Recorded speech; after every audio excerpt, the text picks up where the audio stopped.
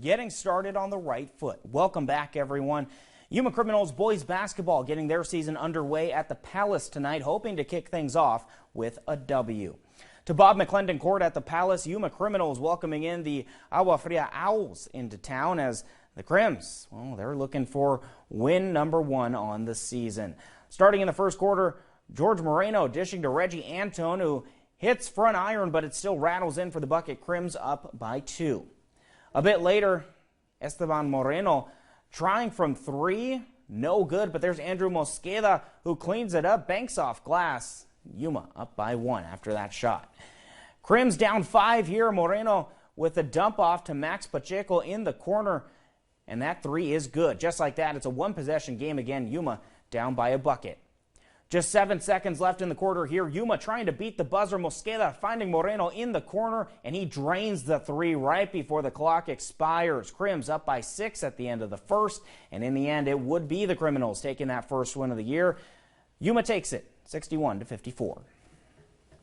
And some more high school hoops now, a battle between Yuma and the Imperial Valley, with the Imperial Tigers hosting the Yuma Catholic Shamrocks. We begin in the first quarter. Sebi Patain dishing it inside to find a cutting Fernando Vasquez Lima, who lays it in off the glass, and the Rocks strike first in this one.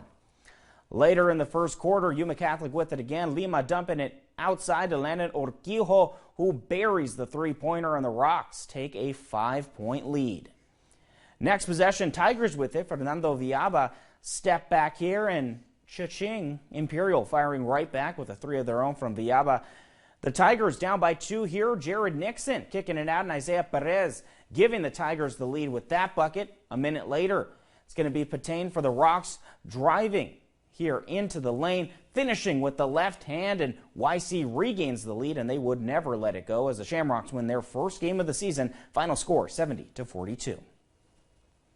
And to some soccer news now. Today, Arizona Western College's Terry Makedika signed his letter of intent to continue his soccer and academic career at the University of New Hampshire.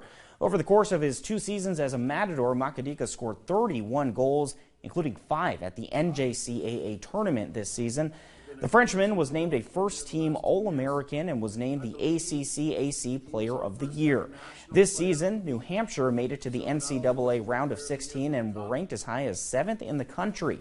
Here's Makedika on his decision to be a Wildcat. I chose them because I went and visit over there, so I like the way how they play. They like to keep the ball, and I'm this type of player, so yes, I like the way how they play. That's why I chose them. 2 amazing here. It was maybe the 2 best years in my life, like soccer player and person. I learned a lot of things here, and I'm never gonna forget this.